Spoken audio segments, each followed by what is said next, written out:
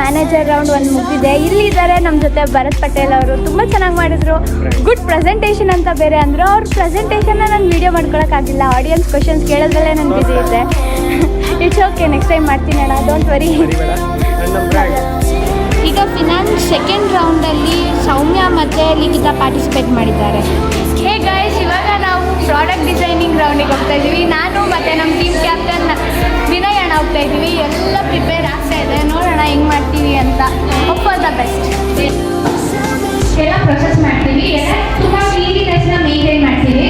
ನಮ್ಮದು ಪ್ಯಾಚ್ ಇನ್ನೂ ಆಗಿಲ್ಲ, ಯಾಕೆ ಅಂದರೆ ಹೇ ಗೈಸ್ ನೋಡಿ, ನಮ್ಮ ಟೀಮ್ ಅವ್ರು ಎಲ್ಲ ಫುಲ್ ಶಿಸ್ತಾಗಿ ಮಲ್ಕೋತಾ ಇದ್ದಾರೆ. ಪಾಪ ವಿನಯ್ ಅಣ್ಣ ಈವೆಂಟಲ್ಲಿ ಪಾರ್ಟಿಸಿಪೇಟ್ ಮಾಡಿ ಮಲ್ಕೋತಾ ಇದ್ದಾರೆ.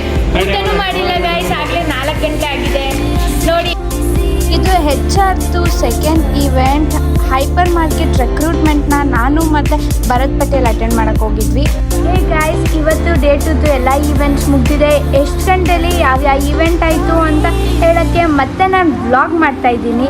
10:30 to 12 o'clock best manager event ಇತ್ತು. 12 o'clock to 1 o'clock finance event ಇತ್ತು.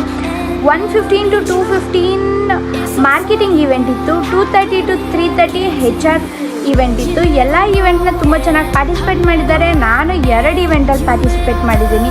ಚೆನ್ನಾಗಿ ಪಾರ್ಟಿಸಿಪೇಟ್ ಮಾಡಿದ್ದೀವಿ, ಸ್ಪಿರಿಟ್ ಇತ್ತು. ನೋಡೋಣ ರಿಸಲ್ಟ್ಸ್ ಬಂದಾಗ ಗೊತ್ತಾಗುತ್ತೆ ಹೆಂಗೆ ಪಾರ್ಟಿಸಿಪೇಟ್ ಮಾಡಿದ್ದೀವಿ ಅಂತ.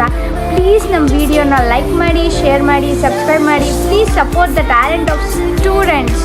ಹೀಗೆ ನಮಗೆ ಸಪೋರ್ಟ್ ಮಾಡ್ತಾ ಬೆಳೆಸಿ. Thank you.